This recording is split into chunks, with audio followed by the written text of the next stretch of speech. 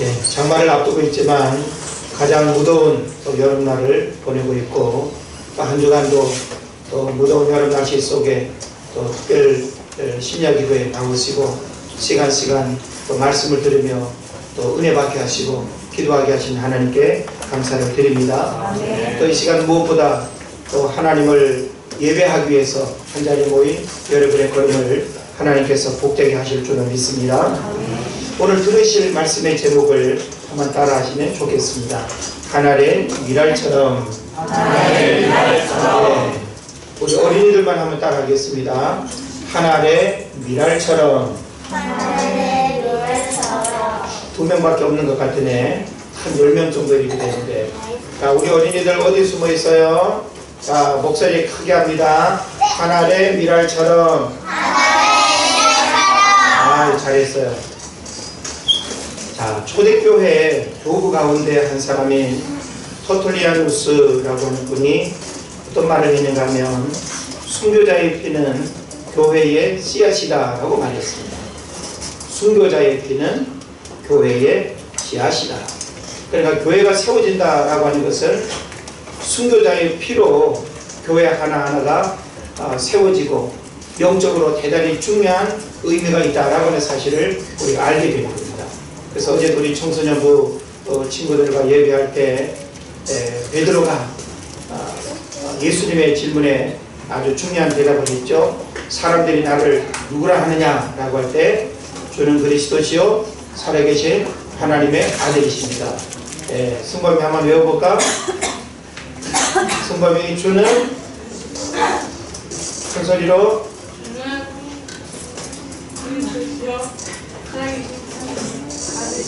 그렇죠.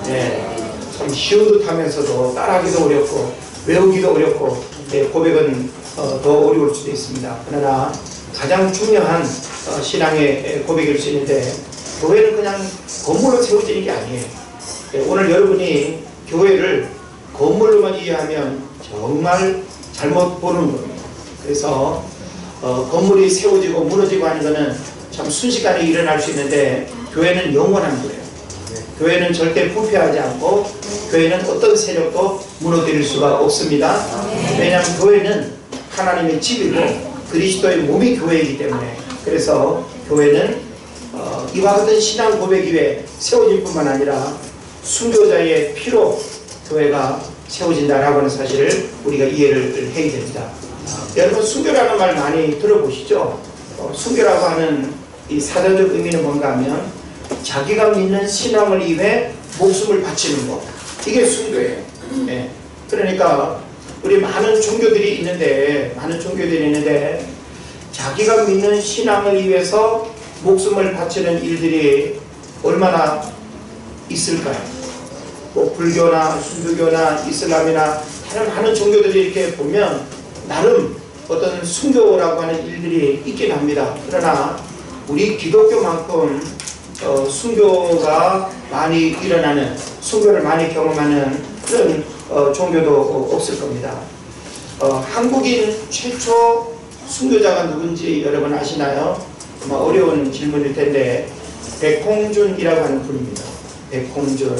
그래서 백홍준이라고 하는 분은 이 평안도 사람이고 또 그 외국 선교사를 이렇게 만나면서 복음을 듣고 우리나라에 와가지고 성경을 이렇게 전해주고 하는 일을 하다가 이 외래문서를 이렇게 전한다는 것이 그 당시에 아주 큰 죄목이 돼가지고 옥사로 이렇게 목숨을 잃었습니다. 우리 교회사를 보게 되면 우리 한국 교회는 참 많은 순교자들의 그런 피를 우리가 기억을 하게 됩니다. 특히 일제시대 때 신사참배 거부를 우리 개신교가 이렇게 했죠.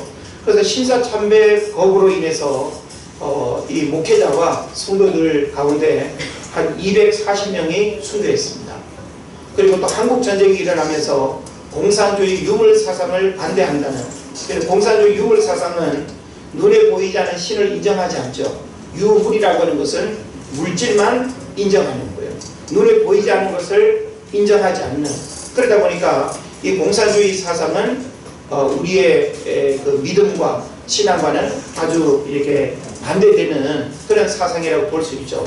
그러다 보니까 이 공산당에 의해서 얼마나 많은 순교자들이 나왔는지 모릅니다. 한 900여 명. 그래서 우리나라 그 교회사를 보게 되면 옛날 일제시대 때 그리고 또 한국 전쟁을 이렇게 겪으면서 근현대 사회만 순교자들이 약 1200명, 그리고 구한말에 병인양요라고 하는 아주 큰 사건이 있었는데, 물론 이 병인양요는 캐톨릭 신자들이 이제 야소교, 예수를 믿는다는 이유 하나만으로 죽임을 당했는데, 그 당시 이 고종 3년 흥선대원군에 의해서 이 얼마나 많은 사람이 죽었는가 하면 약 8천여 명의 사람들이 죽었습니다. 거의 예수 믿는다고 하면 무조건 죽이는 그런 아주 사륙의 일들이 일어나기도 했던 것이죠. 그래서 이런 역사적인 사건들을 우리가 이렇게 살펴보면 참 한국교회가 이제 선교 이 150년이 이렇게 되어지는 이런 그 시대적 흐름 속에서 그냥 교회가 세워진 듯 해도 이 교회사의 흔적을 보면 분명히 순교자의 피 흘림이 있었고, 그 순교자의 그 피 흘림의 역사는 오늘 말씀의 제목처럼 하늘의 밀알이 땅에 떨어져 죽음으로 말미암아 많은 열매를 맺는 이런 일들이 일어났다라고 하는 사실입니다. 조선 땅에도 순교자로서 피를 흘린 믿음의 선진들이 있었기 때문에 오늘날 한국교회가 번성하고 세계 선교의 주역을 감당하고 있다라고 하는 사실을 알아야 되는 것입니다. 그래서 초창기 100년 전만 하더라도 외국인 선교사가 20대 초중반의 그 나이에 참 한국에 와가지고 희망도 없고 영적으로 어두운 그런 동토의 땅에 복음을 전하면서 얼마나 많은 절망과 얼마나 많은 또 고난을 겪었는지 모릅니다. 그래서 그들에 의해서 오늘날 복음이 전해졌고, 이제는 우리나라 사람들이 외국의 선교사로 이렇게 파송되는 일들이 일어나는 것입니다. 그래서 세계에서 두 번째로 가장 많은 선교사를 파송하고 있는데, 약 3만 명의 초교파적으로 선교사들이 오대양 육제조에 나가서 때로는 순교를 또 당하고, 순교자의 어떤 정신과 그런 마음을 가지고 오늘날도 복음 분투하면서 복음의 열정을 이렇게 쏟고 있다는 하는 사실을 여러분 깨달으시길 바랍니다. 여러분 양화제를 한번 다녀보셨는지 모르겠습니다. 저는 여러분이 양화제를 꼭 한번은 좀 다녀왔으면 좋겠습니다. 멀지 않고. 그래서 양화제를 가게 되면 우리나라에 와서 복음을 전하다가 순교나 아니면 또 돌아가신 분들이 자기 고국에 가지 아니하고 이 땅에 묻히기를 원해서 죽은 선교사들의 묘지가 양화제입니다. 그리고 이 양화제는 절두산 또 순교지가 돼가지고 옛날 이 또 캐톨릭 신자들이 작두에 그냥 목을 베이면서 얼마나 많은 사람들이 또 이렇게 죽임을 당했는지 바로 그 성지가 되는 거죠. 그래서 그 양화제를 우리가 한번 쭉 돌아보게 되면 참 말없이 누워있는 그 묘역이지만 우리에게 굉장히 많은 메시지를 주고 있습니다. 그래서 여러분이 우리의 신앙을 한번 좀 새롭게 하고 순교자들의 그 피 흘림의 수고가 어떤 의미인가를 우리가 생각해 볼 수 있는 그런 기회를 여러분이 한번 가지면 좋겠다는 생각을 해봅니다. 그뿐만이 아니라 용인에 가면 순교자 기념관이 또 있습니다. 그래서 우리 청소년부 친구들하고는 작년엔가 기독교 역사유적 탐방으로 이제 전국을 이렇게 순회하면서 참 굉장히 중요한 신앙의 교훈을 우리가 경험을 했는데요. 올해도 이 프로그램이 8월달에 계획되어 있습니다. 우리 지방의 행사로 계획되어 있으니까 우리 중고총 우리 젊은 친구들 특별한 프로그램에 동참해서 우리의 신앙을 새롭게 하는 그런 기회로 삼으시기를 바랍니다. 이런 장소를 우리가 가보면 참 저들이 월급 받고 온 것도 아니고 돈을 벌기 위해서 온 것도 아니고 일신상의 어떤 행복과 편안을 위해서 온 것도 아닌 남들보다 더 많이 공부하고 지방 가면 모든 것들이 다 좋은 그런 어떤 상황에서 그것도 젊은 20대 초중반의 나이에 이름도 들어보지도 못한 이 조선 땅을 몇 달에 걸쳐서 배를 타고 와가지고 참 복음을 전하다가 이 죽음을 맞이했다라고 하는 것은 우리에게 굉장히 중요한 의미가 있는 것입니다. 그래서 오늘날 이렇게 편안하게 우리가 믿음 생활할 수 있는 것은 바로 그들의 순교의 피, 그들이 죽은 그들로 인해서 뿌려진 복음의 씨앗이 오늘 우리에게까지 전해졌다라고 하는 사실을 알아야 되는 것입니다. 그래서 저는 이렇게 많은 순교자들 가운데 오늘 특별히 주목하고 싶은 한 사람이 있습니다.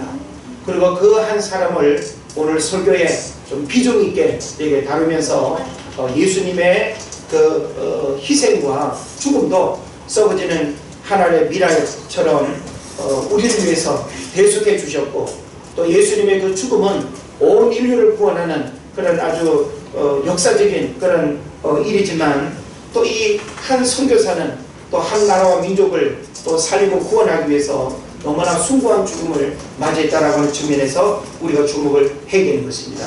자, 오늘 제가 여러분과 함께 나누길 원하는 선교사는 토마스 선교사입니다. 토마토 선교사가 아니라 토마스 선교사.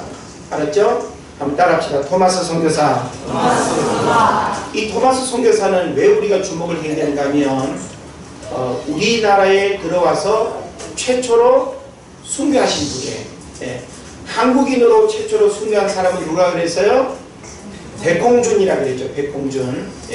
그래서 반말하지 마시고 백홍준 장로님이신데 대단히 아주 훌륭한 분이에요.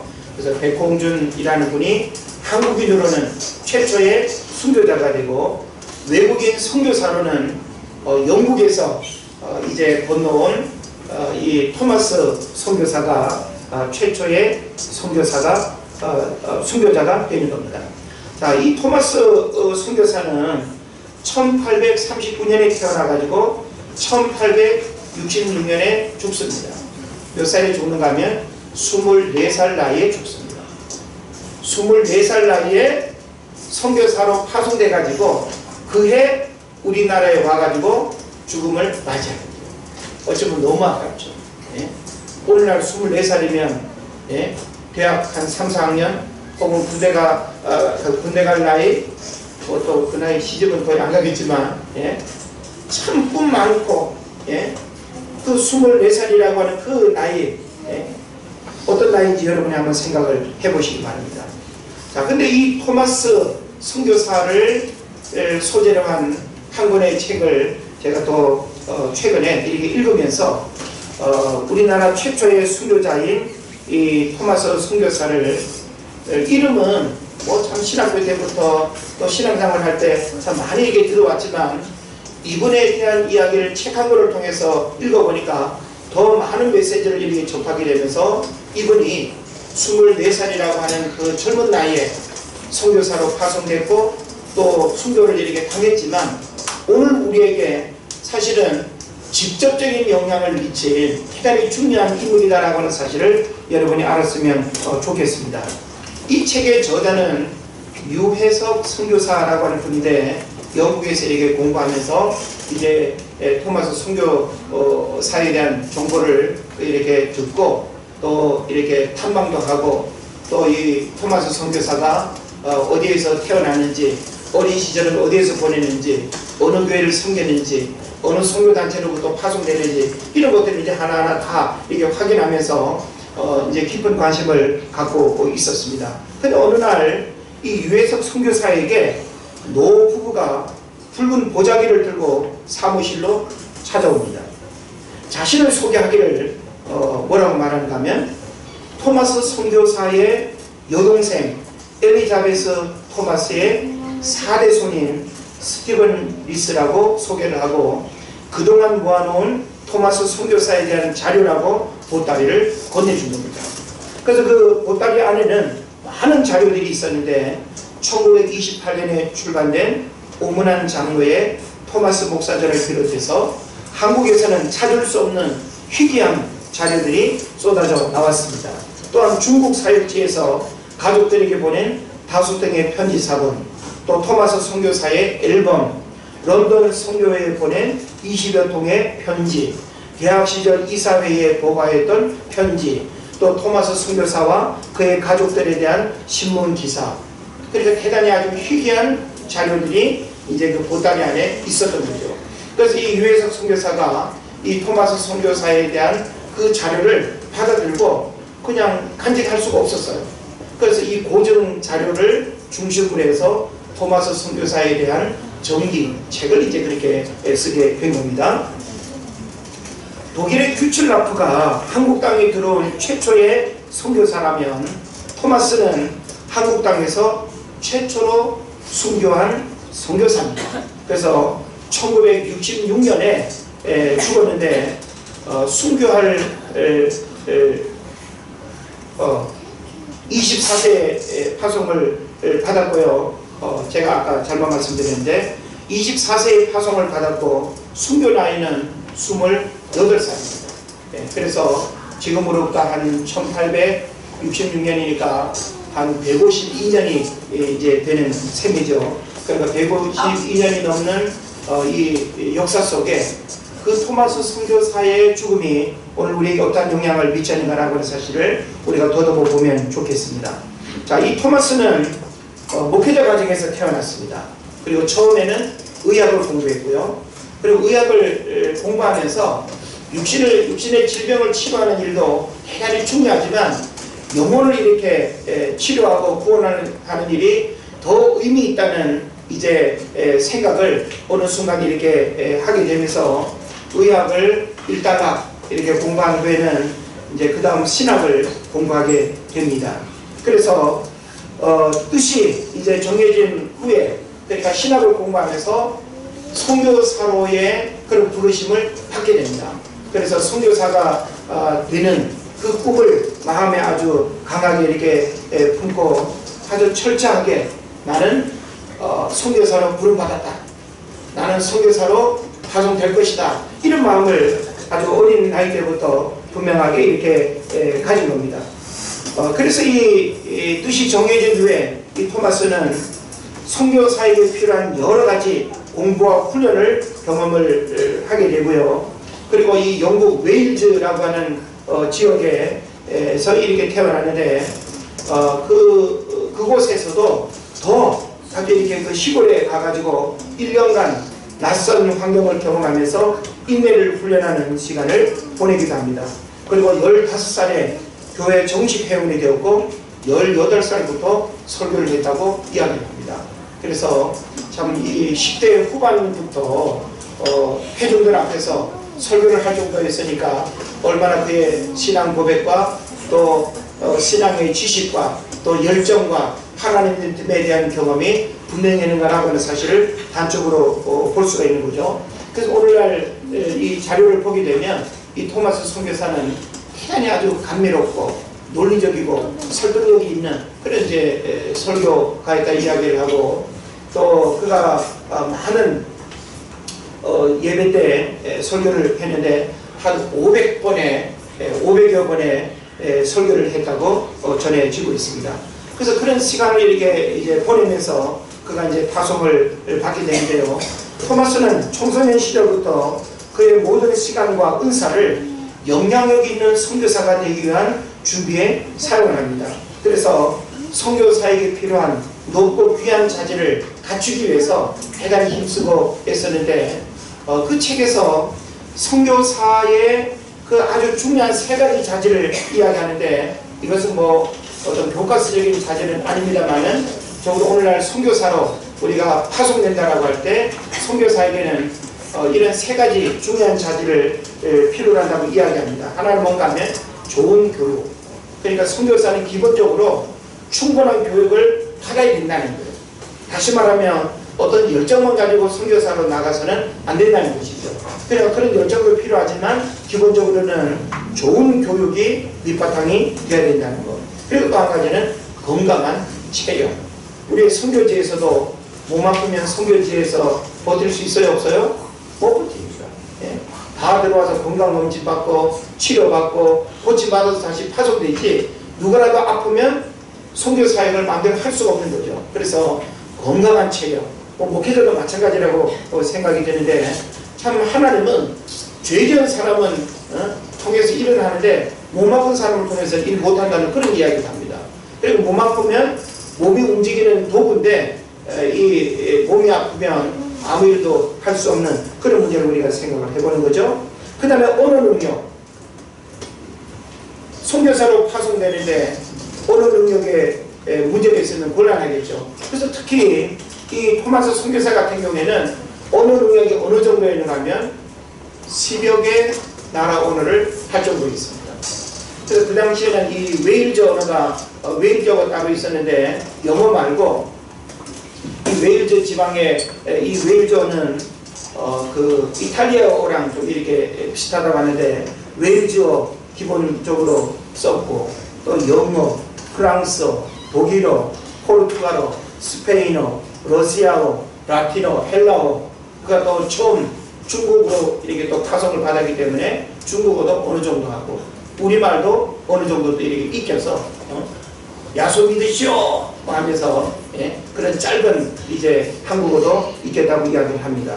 그래서 이런 모든 준비들이 되어진 후에 이제 런던 선교회로부터 이제 파송을 받게 되는데 그 당시는 이 조선이라고 하는 땅이 어디에 붙어 있는지 알지도 못했고 또 사람들의 관심 밖이었습니다. 그래서 그 당시에는 중국이라고 하는 나라가 워낙 이 동양에서 큰 나라였기 때문에 인도라든지 중국으로 보통 이제 이 유럽이나 미국에서 선교사들이 많이 파송이 됐거든요. 그래서 이 토마스도 처음에는 이 중국 상해, 원래 상하이죠. 상해로 파송을 받게 됩니다. 근데 그가 파송받을 당시 나이가 몇 살인가 하면 24살입니다.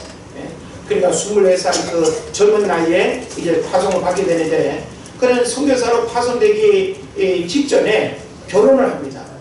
캐롤라인이라고 하는 이제 아가씨와 결혼을 하는데 연상의 여인, 5살 더 많은 여인과 결혼을 하고 이제 중국 상해로 한 여러 달에 걸쳐서 이제 배를 타고 오게 됩니다. 오늘날은 뭐 참 여객선도 시설도 좋고 빠르기도 한데 여러 달 동안 배를 탄다는 거 얼마나 힘든 일이겠어요. 그죠?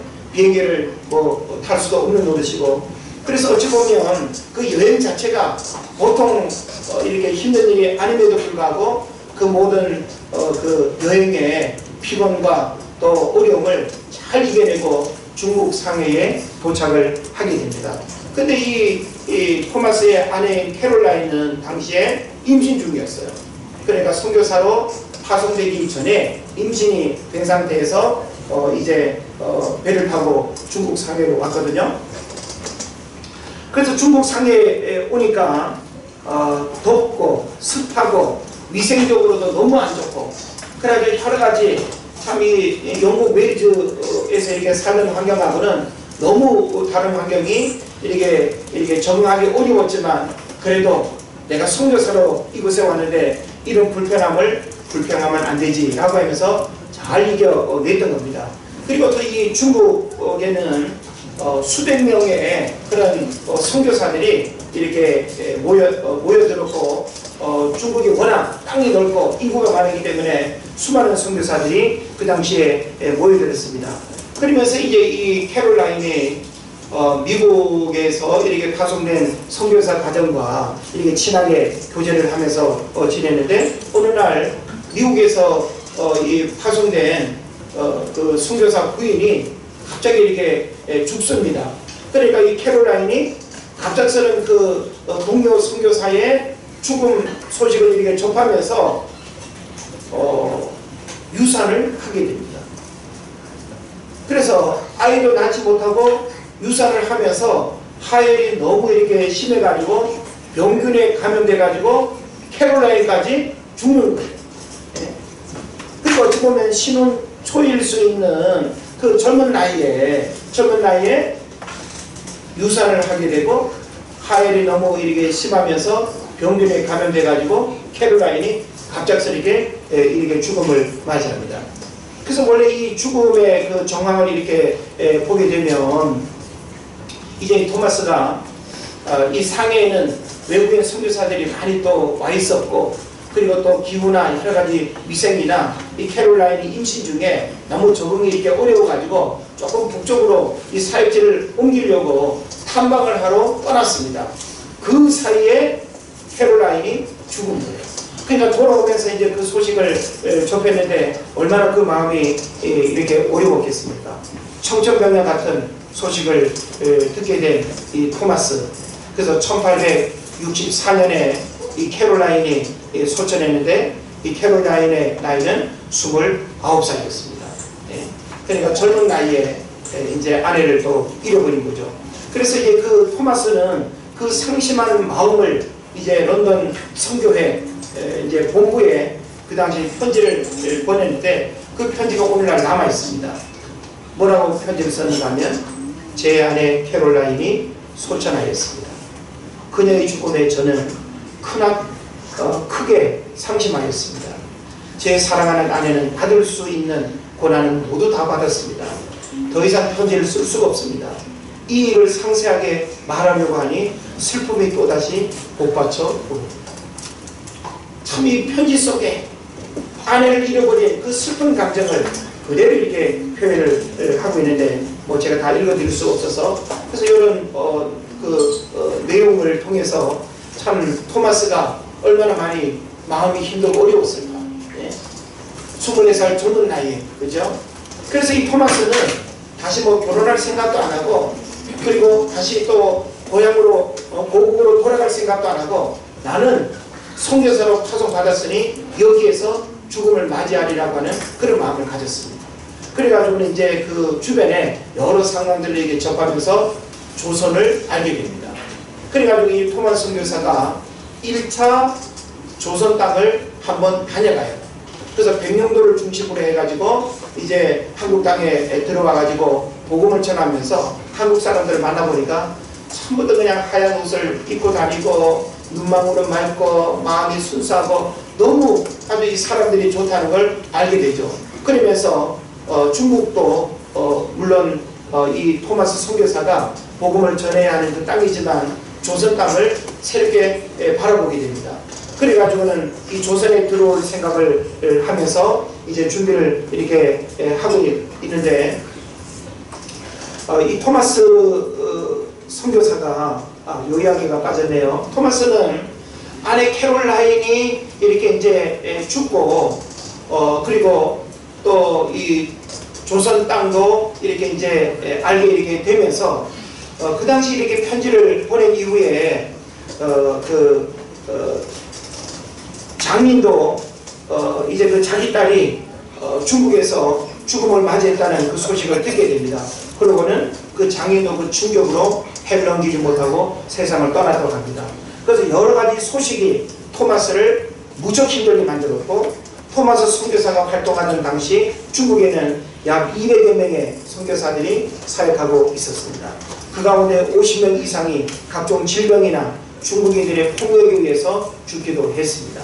그러나 그들은 갖가지 고생과 물리적인 핍박과 배우자나 자식들이 죽어가는 그런 고통에도 쉽게 본국으로 돌아가지 않았습니다. 그들은 파송된 선교지에 묵기를 원했으며 부득이 건강이 악화되어서 본국에 돌아갈 경우에도 회복된 후에는 다시 선교지를 찾아와서 사역을 하는, 그래서 정말 선교사로서의 그 열정과 선교사에서 내가 그냥 때를 보겠다라고 하는 그런 마음이 얼마나 분명하고 강했는가라고 하는 사실을 우리가 보게 되는 것입니다. 그래서 그가 선교사로서의 첫 걸음을 내딛었을 때 얼마나 굳은 사명감과 철저한 자기 헌신의 자세를 가졌는가를 우리가 보게 되는 것입니다. 그래서 이와 같은 일들을 겪고 난 다음에 토마스는 힘든 마음을 다른 사역에 매진하는 데에 이제 그 힘든 마음을 이렇게 풀어냅니다. 그래서 여러 상선들이 조선 땅을 출입하는 소식을 들으면서 조선 땅을 한번 다녀오고 그리고 또 조선 사람들을 접하면서 이렇게 순수하고 또 마음이 착한 이들에게 복음을 먼저 전해야 되겠다라고 하는 그런 마음을 가지고는 다시 이제 준비를 해서 조선 땅을 들어오려고 하는 겁니다. 그때 미국 이양선인 제너럴 셔먼호를 타고 평양을 이렇게 방문하게 되는데 대동강 이제 백기를 따라서 이제 평양을 들어오려고 했던 겁니다. 근데 이 범선은 결국 이 대동강 쑥섬에 좌초되고 흥선대원군의 쇄국 정책에 의해서 평양 감수 박교수의 명령으로 불붙인 거룻배가 저 위에서부터 이제 좌초돼 가지고 그냥 이 걸려있는 이 큰 범선에 그냥 불타는 배가 또 내려와 가지고 부딪혀서 이 배를 불태우게 되는 거예요. 그러니까 그 배에 타고 있던 제너럴 셔먼에 타고 있던 많은 이 선원들과 그리고 토마스 선교사가 이제 물로 뛰어내리면서 이 백사장 해변으로 나오게 된 겁니다. 그래서 모든 성경책과 그런 것들을 다 물로 이제 이렇게 불타면은 안 되니까 다 그냥 또 떠내려 보내고 마지막 한 권의 성경을 품고 이제 아주 힘겹게 백사장으로 올라갔습니다. 그 백사장에서 기다리는 사람은 누굴까요? 그를 죽이려는 이제 군졸들이 있겠죠. 자, 그래서 이제 이 불붙인 거룻배가 타고 왔던 배를 불태우고 사람들이 강변으로 나오게 되고 결국엔 토마스도 대동강 백사장에서 이제 죽임을 이제 당하게 되는데 그를 이렇게 죽였던 군졸이 그 박충곤이라고 하는 사람인데 이 박충곤이라고 하는 사람이 칼을 뽑아서 죽이려고 했는데 이 토마스가 아주 이 뭡니까 죽음을 두려워하지 않는 그 웃음을 이렇게 머금으면서 품속에서 성경 한 권을 뭐라고 말하면서 받으라고 그렇게 권했습니다. 근데 그걸 쭈비쭈비하면서 이렇게 건네지 않고 그를 칼로 죽이고 건네려고 했던 그 성경을 이제 챙겨서 집으로 돌아오게 되죠. 그래서 나중에 이 박충곤이라고 하는 사람은 그 성경을 읽고 장로가 되고 평양에 또 교회를 세우는 그런 역할들을 하게 되는 겁니다. 그래서 이 토마스 선교사가 한 500여 권의 성경을 이제 물에 이렇게 써내보냈고 그리고 또 그 성경을 접하던 또 많은 사람들이 그 성경을 읽으면서 그 당시 평양에 교회가 여기저기에서 세워지는 이제 시초가 됐다라고 하는 사실입니다. 그래서 토마스 선교사의 죽음은 단순한 죽음으로 끝난 것이 아니라 그를 통해서 던져진, 그를 통해서 전해진 그 한 권의 성경, 그를 통해서 뿌려진 그 성경이 평양 대부흥을 가져왔고 그리고 북한 전역에 교회가 세워지는 역사들이 일어났고 그리고 한국 전쟁이 일어나면서 그 교회 교회를 섬겼던 많은 사람들이 이제 남한으로 내려오게 됐죠. 대표적인 교회가 뭡니까? 서울 명락교회, 그죠? 또 부산에 또 많은 교회들이 다 피난으로 넘어와 가지고 이제 남한 땅에 복음의 씨앗이 뿌려졌던 그런 이제 역사적인 전통과 흐름을 우리가 보게 되는 것입니다. 자, 이와 같은 내용들을 우리가 정리를 하면서 요한복음 12장 24절에 뭐라고 말합니까? 내가 진실로 진실로 너희에게 이르노니 하나님 일이 땅에 떨어져 죽지 아니하면 하나를 그대로 있고 죽으면 많은 열매를 맺는다 하고 이렇게 말씀하고 있습니다. 자, 살아있는 생명이 생명을 낳는 것은 자연스럽죠. 그죠? 근데 성경은 죽음이 또 다른 생명을 낳는 원리를 우리에게 가르쳐 주고 있습니다. 그러니까 죽음은 허무함이 아니에요. 죽음은 모든 것이 끝나는 게 아니에요. 죽음은 또 다른 생명을 낳는 그런 기초가 된다라고 하는 씨앗이 된다라고 하는 사실을 우리에게 가르쳐 주고 있습니다. 저는 미국을 잠시 여행할 때 보니까 미국은 아름드리 나무들이 숲이 한 울창하고 굉장해요. 그래서 그 엄청난 나무들이 시간이 이렇게 오래되면서 다 그냥 썩어가지고 차빠지고 밑둥도 이렇게 막 그냥 썩어 들어가는데 거기에서 뭐라 할까요? 새끼나무라고 해야 될까요? 본원들이 그냥 막 이렇게 자라는 거 보면서 야, 참 생명의 그런 신비로움, 생명의 번성함을 참 새롭게 느낀 적이 있는데 죽음으로 끝나는 것이 아니라 죽음은 바로 또 다른 생명을 낳는 그런 시작이다라고 하는 측면에서 오늘 우리가 하나님의 미랄로 썩어지는 이 죽음의 사건과 역사는 오늘 우리 삶에도 동일하게 또 다른 생명을 낳는 그런 시작이 될 수 있다는 하는 사실을 여러분 깨달으시기를 바랍니다. 그래서 모든 생명은 흔적 없이 사라진 생명의 죽음의 결과입니다. 생명을 살리기 위해서는 썩어지는 하나의 미랄처럼 희생이 있어야 됩니다. 오늘날 한 가정을 일으키고 한 가문을 일으키는 일에도 보면 누군가의 희생이 있어서 그런 일이 되어지는 것입니다. 그래서 덴마크도요, 그룬투비라고 하는 이 목사님이 참 뭡니까, 북유럽의 여러 나라들이 다 이렇게 해적들이 세운 나라다 아닙니까? 그리고 먹고 사는 일이 아주 열악하고 아주 이렇게 가난 가운데 있었습니다. 그때 이 그룬투비 목사님이 성경을 읽으면서 성경에서 참 우리에게 주는 그 새로운 축복과 희망의 메시지를 사람들에게 전하고, 그래서 이 그룬투비 목사님의 그런 희생적인 메시지가 바로 하늘의 미랄처럼 그렇게 헌신되어질 때 그 나라가 오늘날 덴마크가 얼마나 잘 사는 나라입니까? 그죠? 아주 부국 가운데 하나인데 그런 나라가 됐다라고 하는 사실이죠.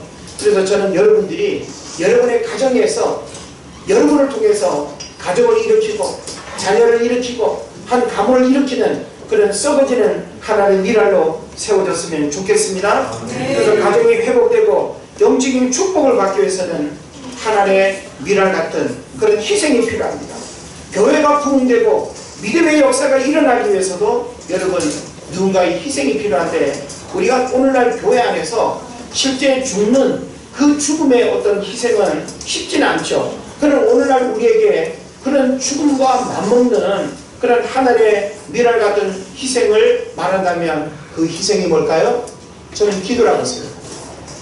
여러분이 누군가를 구원하기 위해서, 여러분의 가정이 믿음의 가문이 되고 축복의 가문이 되기 위해서 여러분의 하나의 미랄로 희생할 수 있는 그게 뭘까요? 여러분이 그냥 숭배하듯이 죽는 걸까요? 죽음은 순간적인 어떤 고통과 아쉬움만 우리에게 줄 뿐이지 그 죽음은 그런 결과를 낳기가 어렵습니다. 그래서 오늘날 우리가 정말 긍정적인 어떤 측면에서 우리가 본다면 기도하는 하나님의 미랄이 되어야 됩니다. 여러분의 기도로 하나님의 미랄이 되는 그런 어떤 희생과 헌신이 있다고 한다면 여러분의 기도 절대 땅에 떨어지지 않습니다.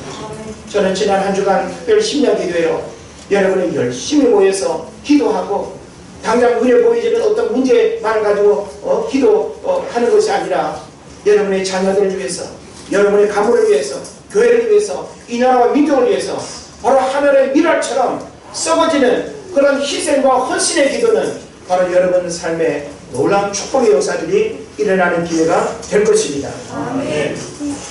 희생하는 창조적 소수가 역사의 수레바퀴를 바꾸는 것입니다. 일찍 아놀드 토인비는 역사는 창조적 소수에 의해서 바뀌어진다 그랬죠? 저는 희생하는 창조적 소수가 우리 인생의 역사의 수레바퀴를 바꾼다고 말씀드리고 싶습니다. 그래서 희생과 헌신이 또 다른 생명을 이어가는 것을 우리가 발견할 수 있고요. 바로 예수님이야말로 하나님의 미랄처럼 십자가의 희생을 통해서 온 인류를 구원했습니다. 그래서 우리는 그 무엇보다 예수님의 희생을 통해서 오늘 우리도 그 하나님의 미랄이 되는 그 희생의 정신과 그 원리를 우리가 분명히 알아야 될 것입니다. 이제 내일은 6.25 한국전쟁이 일어난 날이 되죠. 한국전쟁이 1950년에 일어났으니까 벌써 68년의 세월이 흘렀습니다. 그죠? 한국전쟁 어떤 일이 있었습니까? 수백만 명의 사상자가 있었고 1000만의 이상 가족이 생기는 그런 국난 아니었습니까? 근데 우리는 16개 유엔에서 우리나라를 살리기 위해서 전쟁에 참여하고 엄청난 어떤 희생이 있었고 엄청난 어떤 그 죽음이 바로 오늘날 대한민국 민주주의 국가를 우리가 이루면서 살아가는 그런 비결이 된다는 것도 역시 잊어버려서는 안 될 것입니다. 그래서 오늘날 역사의 발전, 오늘 우리가 살아가는 이런 민주주의의 번영, 오늘 우리가 살아가는 이런 평안함은 분명히 누군가의 희생과 헌신 까닭에 오늘 우리가 누리고 있는 것입니다. 그래서 오늘 우리도 나의 희생으로 말미암아 또 자손들이 잘 되고 가문이 또 번창하고 또 교회가 부흥하게 되는 이런 역사들을 여러분을 통해서 흘러가게 될 줄을 믿습니다. 그래서 저는 결론적으로 하나님의 미랄처럼 살아간다는 것은 무엇을 의미하는가 두 가지를 말씀드리고 싶은데, 하나는 땅에 묻혀야 된다는 거예요. 자, 하늘의 미랄이 땅에 묻히기를 거부하고 땅에 묻히지 않고 하늘 그대로 있으면 아무 의미가 없습니다. 그냥 하늘 그대로 있는 거예요. 예? 성경은 하늘의 미랄이 땅에 떨어져 죽으면이라고 말씀했습니다. 땅에 떨어져 죽는다는 거, 이건 바로 묻혀야 된다는 것을 의미하는 것입니다. 예? 우리는 사람들이 주목받는 그런 자리에 서려가기보다는 보이지 않는 기도의 골방, 희생하는 그 어떤 헌신의 자리에서 여러분이 땀 흘리고 수고하게 되면 그런 말미암아 바로 풍성한 열매들을 맺게 되는 역사들이 일어나게 될 줄을 믿습니다. 그리고 한 가지 원리는 열매를 맺으려면 썩어져야 된다는 거예요. 땅에 묻히는 게 하나의 원리이고, 그 다음에 또 한 가지는 뭔가 하면 썩어져야 된다는 겁니다. 우리의 하늘의 씨앗이 싹이 올라오지 않을 때 가끔씩 파보면 어떻게 있어요? 하늘 그대로 썩지 않고 있어요. 아니, 요놈이 썩어져야, 흔적 없이 그냥 보이지 않게 사라져야 거기에 생명의 씨앗이 올라올 텐데, 하늘 그대로 땅속에 있으면 소용이 없는 거예요. 그러니까 땅속에 묻히는 1차적인 원리가 우리에게 있어야 하고, 그 다음에 두 번째로는 썩어져야 된다는 겁니다. 썩어진다는 것은 외부에 의해서 썩어지는 게 아니에요. 내가 희생하고 내 스스로가 썩어지는 그 삶을 선택해야 되는 겁니다. 우리는 어떤 희생을 이야기할 때 네가 희생해, 당신이 희생해, 희생을 우리는 거부합니다. 당신의 희생으로 내가 살기를 원합니다. 그런데 성경의 원리는 어떻습니까? 살고자 하는 자는 죽고 죽고자 하는 자는 사는 거예요. 믿습니까? 네. 그런 면에서 우리는 예수 안에서 거듭난 생명을 가졌고, 그리고 예수 그리스도의 그 생명은 죽음으로 말미암아 주어진 생명입니다. 그런 면에서 저는 여러분들이 오늘날 나를 통해서 내가 죽는 썩어지는 하나님의 미랄이 되어서 여러분을 통해서 또 다른 생명을 낳는 이런 역사들이 아름답게 일어날 수 있기를 바랍니다. 그래서 저는 여러분들의 그런 기도의 희생, 그리고 때로는 금식의 희생, 그리고 영혼을 구원하기 위해서 절박한 마음으로 땀 흘리고 수고하고 몸부림치는 그 희생이 오늘날 하나님의 미랄이 되어서 여러분을 통해서 가정이 진정한 축복을 받고 교회도 하나님의 구원 역사를 아름답게 이루어가는 그런 일들이 일어나기를 바랍니다.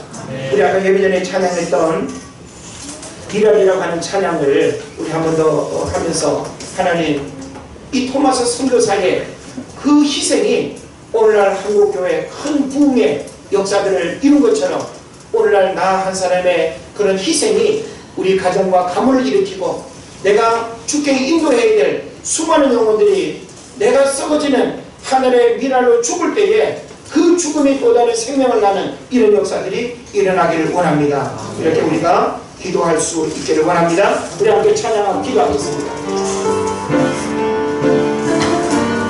같이 찬양 좀 해주세요.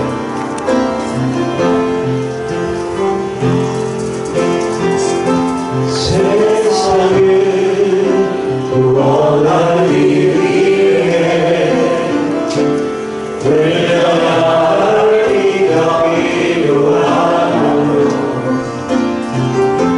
죄인을 대신하기 위해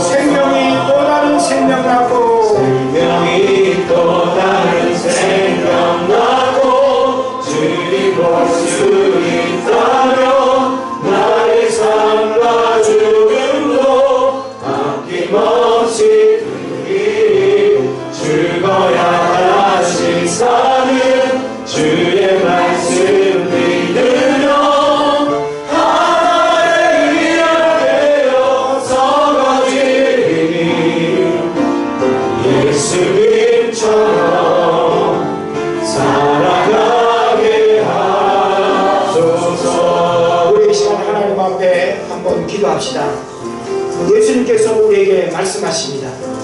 하나님의 미랄이 땅에 떨어져 죽지 아니하면 하나를 그대로 있고 죽으면 많은 열매를 맺는다고 우리에게 말씀했습니다. 2000년 전 예수님께서 하나님의 아들로 이 땅에 오셔서 하늘 모든 영광 보좌를 다 버리고 온 인류를 구원하기 위해서 썩어지는 하나님의 미랄로 십자가에 못 박혀 죽으셨습니다. 저를 믿는 자마다 구원을 얻는 은혜를 우리에게 주셨고 영원한 생명을 우리에게 주셨습니다. 그 복음을 듣고 그 복음을 믿는 수많은 사람들이 또 다른 생명을 나는 역사들이 오늘날 지구촌 곳곳에 일어나고 있습니다. 오늘 우리가 대한민국에서 자유를 누리고 복음의 축복을 누리는 이 삶은 결코 우연히 일어난 것이 아닙니다. 토마스 선교사를 비롯해서 수많은 선교사들의 피 흘림의 죽음, 하나님의 미랄이 썩어서 오늘 우리에게 축복의 삶이 주어진 줄 믿습니다.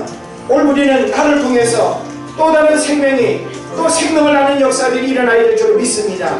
이 아침을 기도할 때 하나님, 내가 기도하는 일로 썩어지는 하나님 미랄 되게 하여 주시고 또 희생하는 일로, 헌신하는 일로 썩어지는 미랄 되어서 나를 통해서 가정을 살리고 민족을 살리고 교회를 살리고 가문을 살리는 역사들이 일어나게 하여 주시옵소서.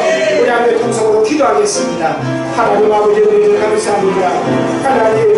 하나님께서 우리를 구원하기 위해서 독생자 예수 그리스도 땅에 보내주셨고 예수 그리스도의 십자가의 죽음은 하나님 썩어지는 하나님의 미랄 되어 하나님 아버지 오늘을 구원하고자 남는 하나님 아버지의 생명과 번성과 축복의 역사들을 우리에게 하나님이여 행하셨습니다.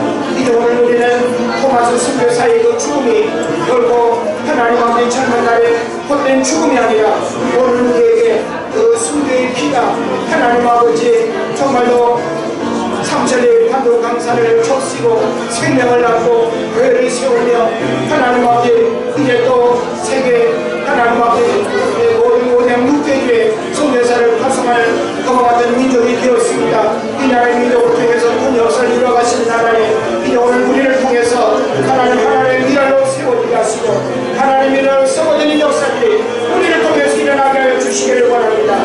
우리의 가정을 살리는 역사가 있게 하여 주시고 하나님의 교회를 살리는 역사가 있게 하시고 이 나라와 민족을 살리는 역사가 오늘 나 한 사람으로부터 썩어지는 하나님의 미랄로 주님 앞에 드려지게 하여 주시옵소서. 우리에게도 큰 역사를 이루어가시는 하나님을 찬양합니다. 하나님 감사합니다.